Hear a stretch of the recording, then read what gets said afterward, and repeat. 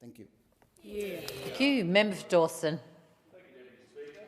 I rise today to express mine and my electorate's disappointment on the Albanese Labor Government's ongoing list of broken election promises. During the 2022 election campaign, we were promised that Australians would be better off under Labor. 10 months into the Albanese government's leadership, it is clear history is repeating itself.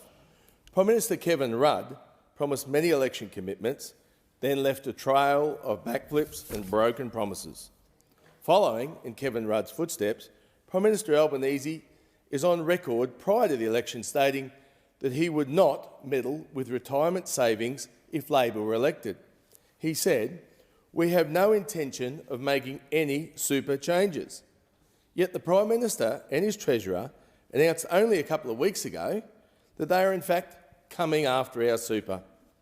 Prime Minister Albanese claims that these changes will only affect a small number of Australians, yet they have failed to consult industry, peak bodies and are forgetting about our farmers.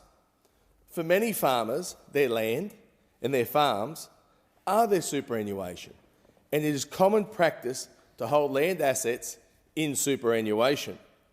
Labor's announcement throws up significant uncertainty for family farms, with scant detail on things like grandfathering, treatment of revaluations and the impact on lending in a climate of rising interest rates.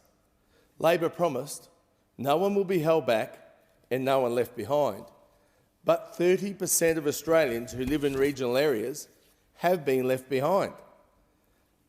Under Labor, the regions had cut over $6 billion in dam funding, opportunities that have just been taken away.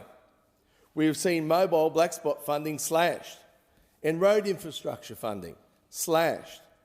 Multi-billion-dollar regional programs have been scrapped under Labor, including the Energy Security and Regional Development Plan, the Regional Accelerator Program, Community Development Grants and Building Better Regions funds, all gone.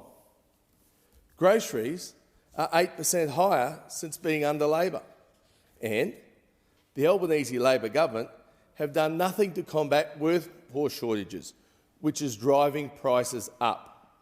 Instead, they decide to scrap the coalition ag visa, leaving farmers with uncertainty and consumers with food shortages. The Albanese government promised that power prices would be reduced by $275. Now, this was just not a slip of the tongue. This promise was repeated over 97 times. Another broken promise. Treasurer Mr Jim Chalmers has forecast electricity prices to rise by 23% in 2023 and provided no new relief measures in his October budget for households and provided no future plan. Australians with mortgages are buckling under the pressure, and the RBA has just lifted interest rates for a 10th consecutive time. The Albanese government's only solution to this is to break promises and to increase taxes.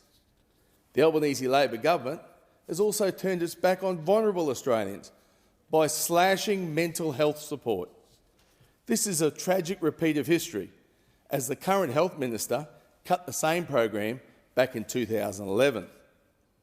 The Albanese government has once again disregarded experts, peak bodies and medical professionals who have all called for these psychology sessions to be reinstated.